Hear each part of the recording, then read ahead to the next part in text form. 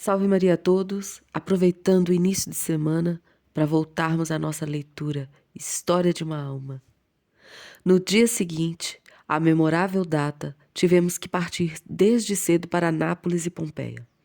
Em nossa homenagem, o Vesúvio fez ruído o dia inteiro e com seus disparos de canhão fazia escapar espessa coluna de fumaça.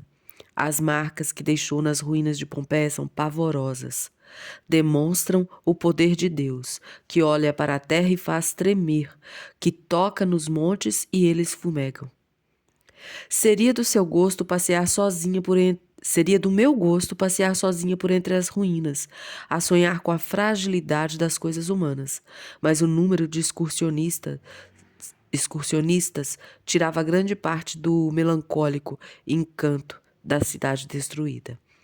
Em Nápoles era o contrário. O grande número de carros e de aparelhadas de cavalo tornou grandioso nosso passeio ao mosteiro de São Martinho, situado em elevada colina, encimando toda a cidade. Felizmente, os cavalos que nos transportavam desembestavam a cada instante e mais de uma vez julguei ter chegado minha última hora. Pouco adiantava que o cocheiro repetisse constantemente a palavra mágica dos guias italianos. Apiau, apipau! Os pobres cavalos queriam tombar a carruagem. Por fim, graças ao socorro de nossos anjos da guarda, chegamos de volta ao nosso magnífico hotel. Em todo o percurso de nossa viagem, ficamos instalados em hotéis principescos. Nunca me vi cercada de tanto luxo. Vem muito ao caso dizer que riqueza não traz felicidade, pois eu ficaria muito mais feliz debaixo de um teto de sapé com a esperança do Carmelo, do que junto a lambris dourados, escadarias de mármore branco, tapetes de seda e com a amargura no coração. Oh, bem o senti, a alegria não se encontra nos objetos que nos cercam. Encontra-se no mais íntimo da alma. Podemos possuí-la tão bem numa prisão como num palácio.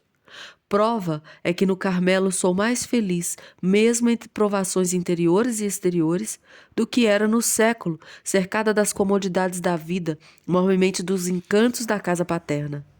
Estava com a alma imersa em tristeza. Exteriormente continuava, todavia, a mesma, e supunha oculto o pedido que fizera ao Santo Padre. Pude, sem demora, convencer-me do contrário, como me deixasse ficar sozinha no vagão com Celina, os demais peregrinos tinham descido ao restaurante nos poucos minutos de parada. Vi Monsenhor Legouche, vigário-geral de Coutances, abrir a portinhola, olhar para mim com um sorriso e dizer-me: muito bem, como vai nossa Carmelitinha? Percebi então que toda a peregrinação estava a par do meu segredo. Felizmente ninguém me tocou no assunto, mas pela maneira simpática de olharem para mim, deduzi que meu pedido não tivera má repercussão, pelo contrário. Na pequena cidade de Assis, tive a ocasião de usar a carruagem de Monsenhor Reveroni, favor que em toda a viagem não fora concedida a nenhuma senhora. Eis como alcancei o privilégio. Depois de visitar os lugares recendentes das virtudes de São Francisco e de Santa Clara, terminamos no convento de Santa Inês, irmã de Santa Clara.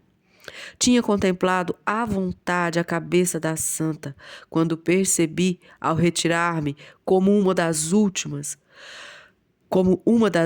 que perdera o cinto. Procurei-o entre a multidão. Compadecido de mim, um sacerdote ajudou-me a procurar, mas depois de me ter encontrado, vi quando se retirou e continuei a procurar sozinha, porque na verdade já tinha o cinto, mas não podia colocá-lo por falta da fivela. No final, vi que brilhava num canto e apanhei-a. Apliquei ao cinto e foi obra de instantes, mas o trabalho anterior tinha levado mais tempo. Por isso, minha surpresa foi grande quando dei comigo sozinha nas proximidades da igreja. Todas as numerosas carruagens tinham desaparecido, exceto a do Monsenhor Reveroni, que partido tomar.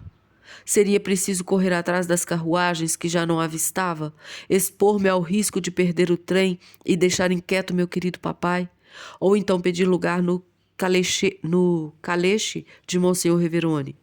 Decidi-me pelo último partido.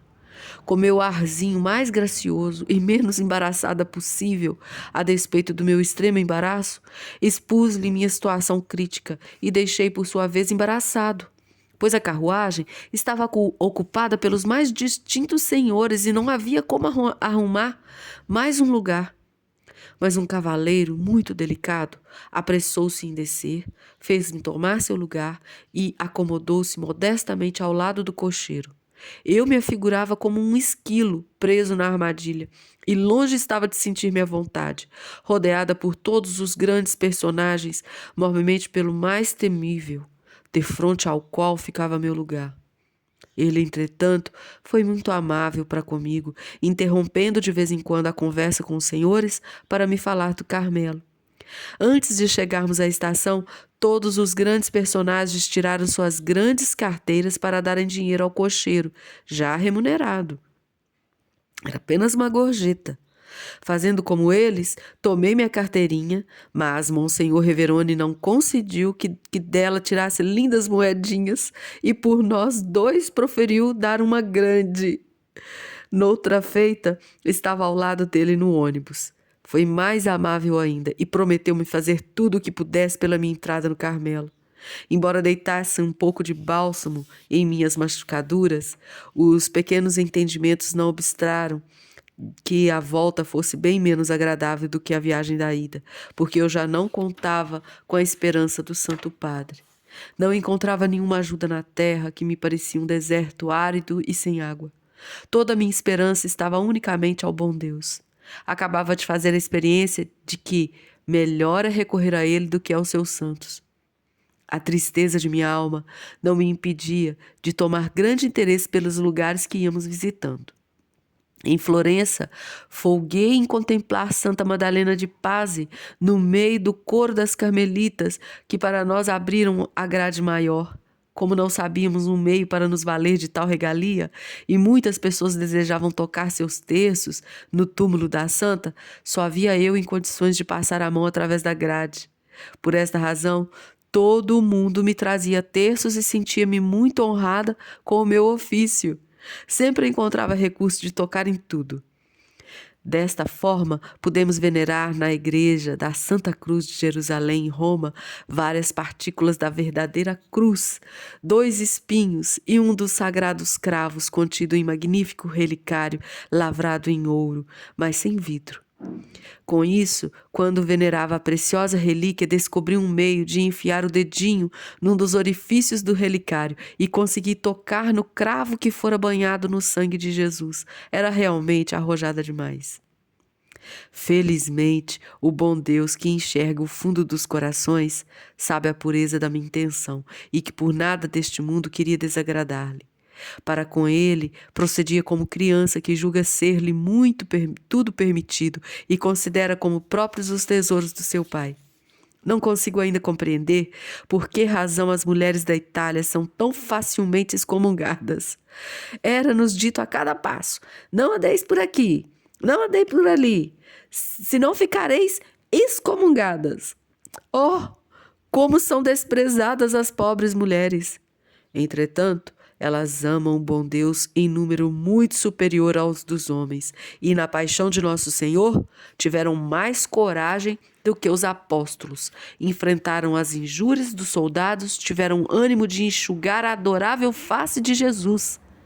Não padece dúvida, por isso permite ele que sua partilha na terra seja o desprezo, pois o escolheu para si próprio. No céu, saberá mostrar que seus pensamentos não são os dos homens, porque então as últimas serão as primeiras. Mais de uma vez na viagem não tive paciência de esperar pelo céu para ser a primeira.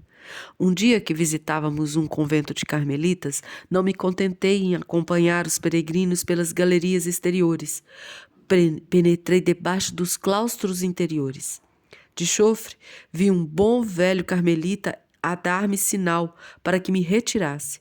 Entretanto, em lugar de ir embora, cheguei perto dele, mostrei com a mão os painéis do claustro e dei-lhe a entender que os achava bonitos. Pelos cabelos soltos e pela minha fisionomia juvenil, reconheceu sem dúvida que eu era criança. Sorriu-me bondosamente e retirou-se quando percebeu que não tinha diante de si nenhuma inimiga. Soubesse falar-lhe em italiano, dir-lhe-ia que eu seria uma futura carmelita, mas não me foi possível por causa dos construtores da Torre de Babel. Depois de visitarmos ainda Pisa e Gênova, regressamos à França. No decurso, a vista era magnífica. Ora, ladeávamos o mar, a estrada de ferro chegava ali tão perto que me dava a impressão de que os vagalhões nos alcançariam. O espetáculo provinha de uma tempestade. Era noite, o que tornava a cena mais imponente. Ora surgiam planícies, cobertas de laranjais com frutos maduros, verdes oliveiras com sua folhagem miudinha, graciosas palmeiras. Ao cair da noite, víamos as numerosas enseadas do mar iluminarem-se com profusão de luzes, enquanto no céu cintilavam as primeiras estrelas. Oh, que poesia se apoderava de minha alma à vista de todas as coisas que estava a ver, pela primeira e última vez em minha vida.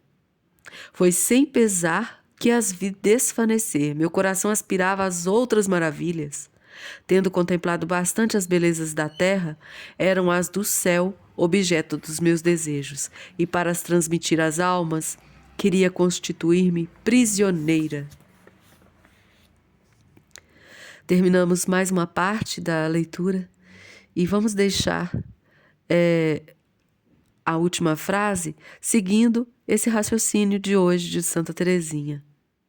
Vem muito ao caso dizer que riqueza não traz felicidade, pois eu ficaria muito mais feliz debaixo de um teto de sapê, com a esperança do Carmelo, do que junto a alambris dourados, escadarias de mármore branco, tapetes de seda e com amargura no coração.